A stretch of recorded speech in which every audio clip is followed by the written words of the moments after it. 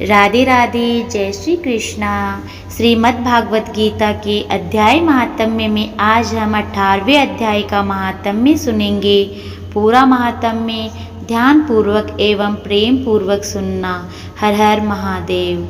आइए गीता को अपने जीवन का अंग बनाते हैं। श्री पार्वती जी ने कहा, भगवान आपने 17वें अध्याय का महात्म्य बतलाया, अब 18वें अध्याय के महात्म्य का वर्णन कीजिए। श्री महादेव जी ने कहा, गिरिनंदिनी, चिन्मय आनंद की धारा बहाने वाले 18वें अध्याय के पावन महात्म्य को जो वेद से भी उत्तम है, स्मरण करो। ये संपूर्ण शास्त्रों का सर्वस्व, कानों में पड़ा हुआ रसायन के समान तथा संसार के यातना जाल को छिन्न भिन्न करने वाला है। सिद्ध पुरुषों के लिए यह परम रहस्य की वस्तु है। इसमें अविद्या का नाश करने की पूर्ण क्षमता है। यह है भगवान विष्णु की चेतना तथा सर्वश्रेष्ठ परम पद है।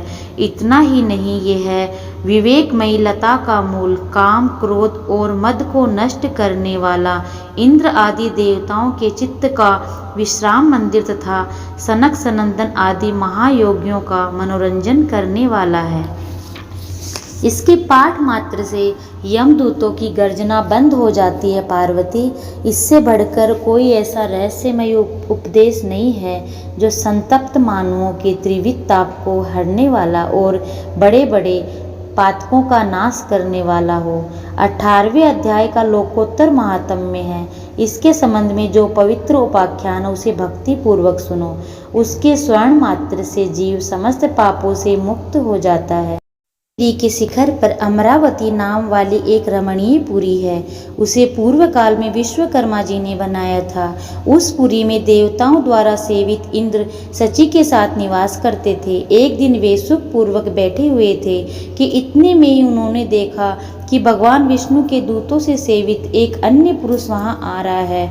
इंद्र उस नवागत पुरुष की तेज से तिरस्कृत होकर तुरंत ही अपने मणिमय सिंहासन से मंडप में गिर पड़े। तब इंद्र के सेवकों ने देवलोक के साम्राज्य का मुकुट इस नूतन इंद्र के मस्तक पर रख दिया। फिर तो दिव्य गीत गाती हुई देवांगनाओं के साथ सब देवता उनकी आरती उतारने लगे।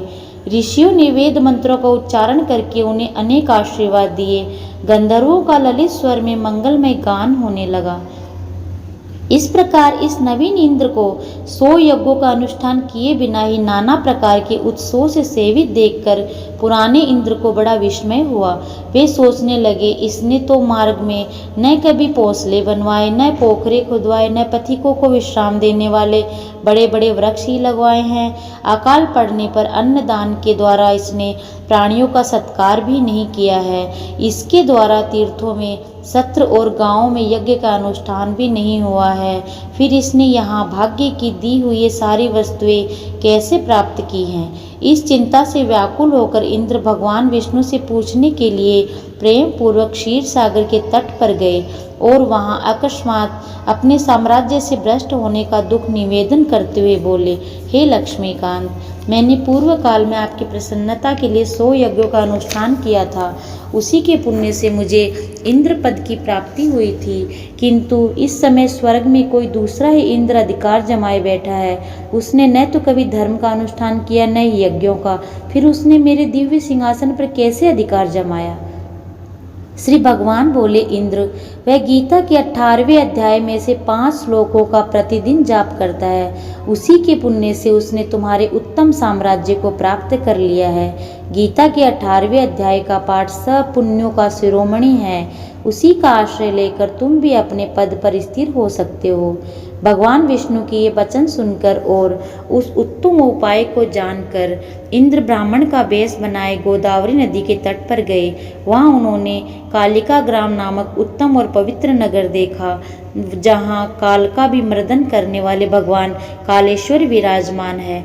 वहीं गोदावरी तट पर एक परम धर्मात्मा ब्राह्मण बैठे थे, जो बड़े दयालु और वेदों के पारंगत विद्वान थे। वे अपने मन को वश में करके प्रतिदिन गीता के 18वें अध्याय का स्वाध्याय किया करते थे। उन्हें देखकर इंद्र ने बड़ी प्रसन्नता के साथ उनके दोनों चरणों में मस्तक झुकाया और उन्हीं से 18वें अध्याय को पढ़ा। फिर उसी के पुण्य से उन्होंने विष्णु का सायुज्य प्राप्त कर लिया। इंद्र आदि देवताओं का पद बहुत ही छोटा है, यह जानकर वे परम हर्ष के साथ उत्तम वैकुंठ धाम को गए। अतः यह अध्याय मुनियों के लिए श्रेष्ठ परम तत्व है। पार्वती, 18वें अध्याय के इस दिव्य महात्म्य का वर्णन समाप्त हुआ। इसके स्वर्ण मात्र से मनुष्य सब पापों से छुटकारा पा जाता है। इस प्रकार संपूर्ण गीता का पाप नाशक महात्म्य बतलाया गया है। महाभागे, जो पुरुष श्रद्धा युक्त होकर इसका स्मरण करता है वह समस्त यज्ञों का फल पाकर अंत में श्री विष्णु जी का सायुज्य प्राप्त करता है। आइए हम भगवत गीता पुस्तक को माता के रूप में स्तुति करते हैं। जय भगवत गीते मैया, जय भगवत गीते, हरि कमल विहारिणी सुंदर सुपुनीते।